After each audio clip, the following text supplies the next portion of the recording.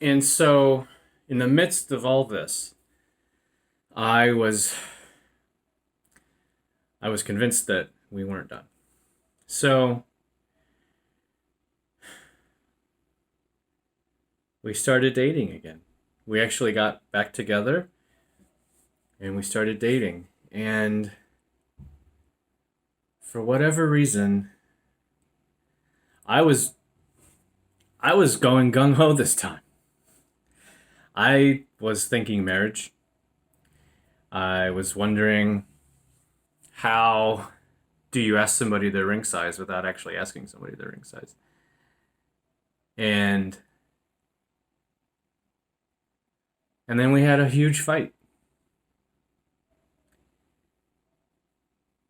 in which problems from our past were not resolved, and it was still they were still there.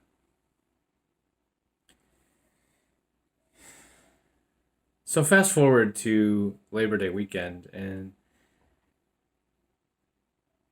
no, no, I'm not gonna relive Labor Day weekend. Labor Day weekend was our worst time together ever, um, and it was really shocking and eye opening in that we weren't there.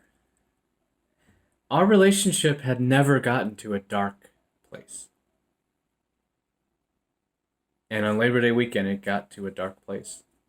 It got to a place of uh, hatred and volatility.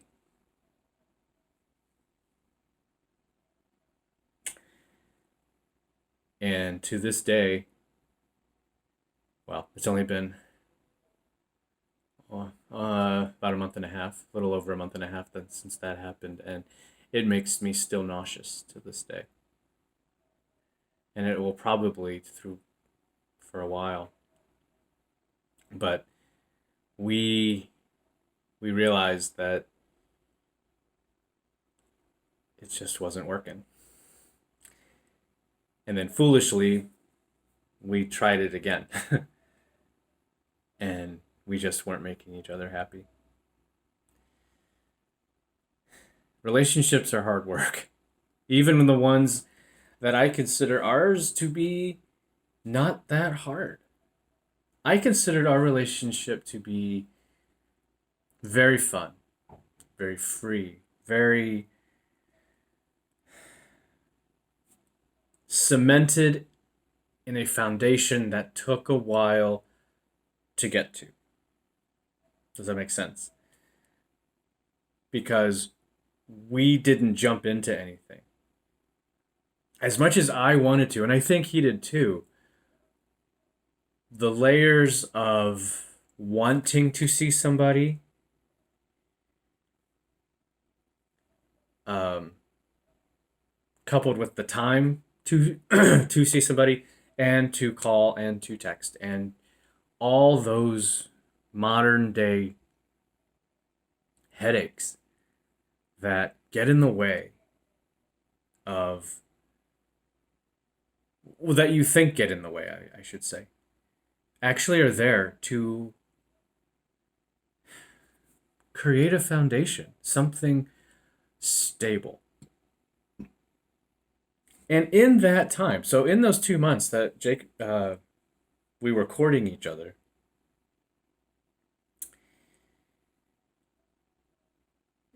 we were doing things together. We were seeing each other very routinely. We were talking, we were texting, there was dinner, and we were setting the foundations of adoration, romance, and love. We were setting those foundations because you want to be with somebody who is your best friend, who is going to be there for you, who's going to drop things and make you be there. And we were that for each other those first 2 years. And then we weren't. And it's tough. And the breakup, the final breakup, in which we both realized after, you know, some time that we weren't making each other happy and it was affecting the other person. And we really didn't want to string this out too much more. And we both said, okay, this is it. And I still want to be friends with him because I think we do have we have a we have a friendship base. So after all the bullshit of, the headaches of a relationship and the not happy and the I'm trying when not good enough and say these things. Don't tell me what you think I want to hear. Say these things.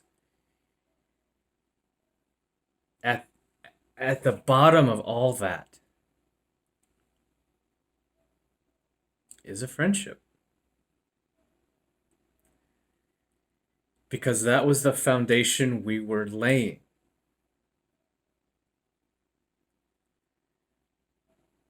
And I think as time moves on, as we distance ourselves from the hurt that, even though it was an amicable split, I think the hurt is there. And as those senses dull, right, and we move into the acceptance phase, right, of the grieving process, I think that underneath all that, for at least from how I see it and from the reaction that I got a few a few weeks ago when I sent him a text message and he replied, and it was very friendly and it was very, very cordial. Based on that, now that we're in the separation phase, all these quote unquote steps that you have to go through, I think that down the line, a friendship is there. Now, it's not going to be the type of friendship. He's not going to call me and tell me that he needs something. But I will say, even if he does, I don't see that happening. I don't see that type of friendship happening, mainly because he's 400 miles away. And that was the other problem with our relationship. When we tried to get it to go the third time, we weren't in each other's space. It was a video, long distance. And I think that because we were starting from a point that wasn't a solid base. We were going with hope, and I think hope really killed it. I think that if we really examine it, we were wanting it to work. I don't necessarily think that it was going to. We were gonna try it. We tried it, but it ultimately did not work. And so I guess the point of this video is to get it out. He really said some. So My actions hurt him and his words hurt me. So in that regard, we were hurting each other, and it it wasn't working. You know, happiness is key.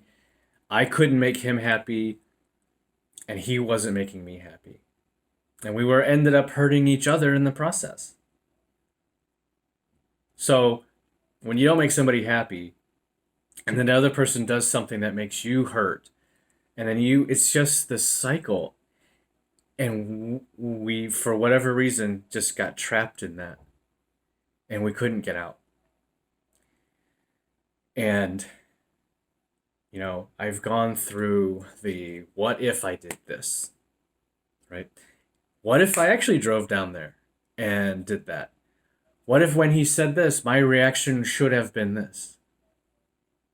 You can't think that. You you can't.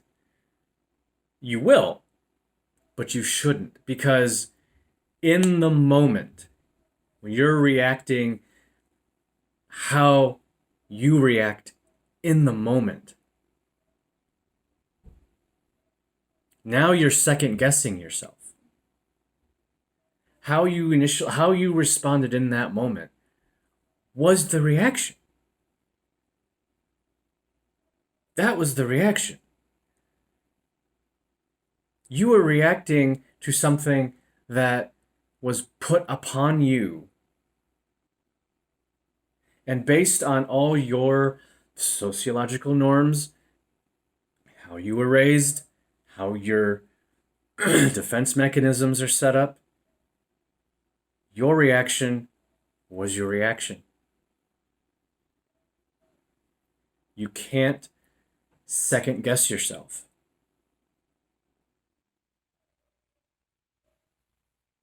It's kind of like you're in the military. Rather extreme example. But you see something happening. You're told something over the radio that this is going down. You have a reaction. You have to react in the moment. And you do.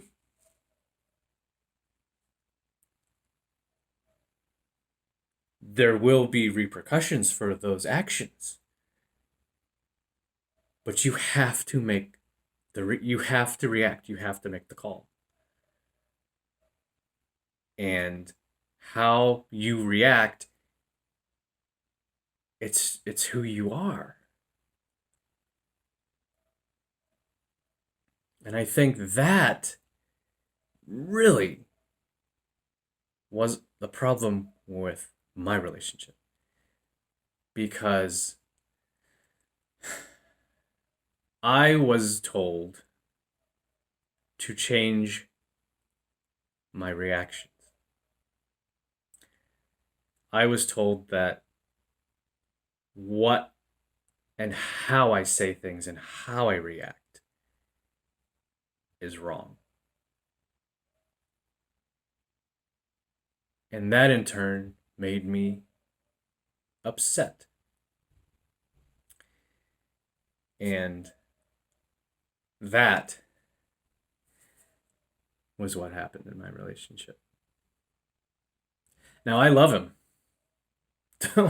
Don't question that. I love him, but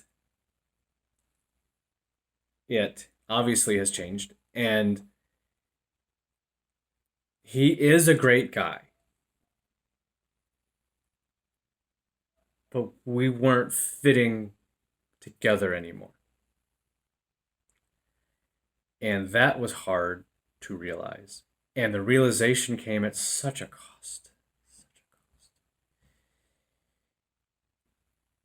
That, I think about him a lot. But what I think about is those reactions. And had given a second chance, those reactions would have been different. You can't think that. You just can't, because you'll drive yourself crazy.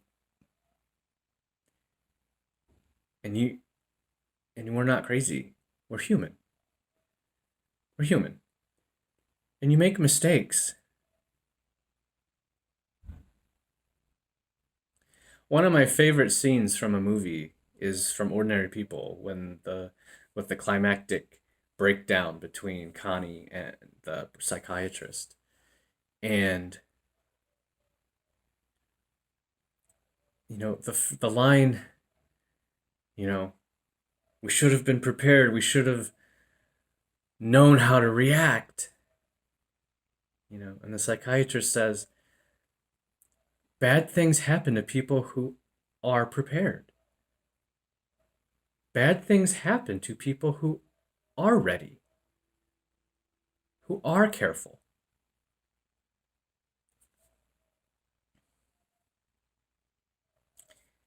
You'll make mistakes.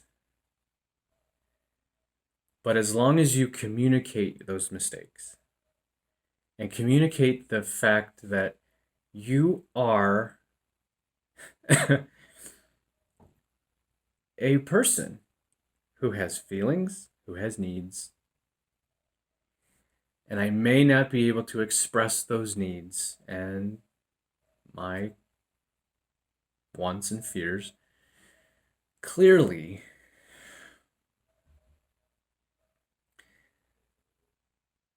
this is why it's going to take me some time to build that trust, build that solid foundation.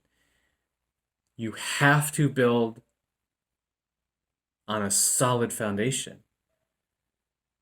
And we did. I fully think that we, even though it was sometimes painful because I wanted to see him more often than we did, but that was also necessary because we had to make sure.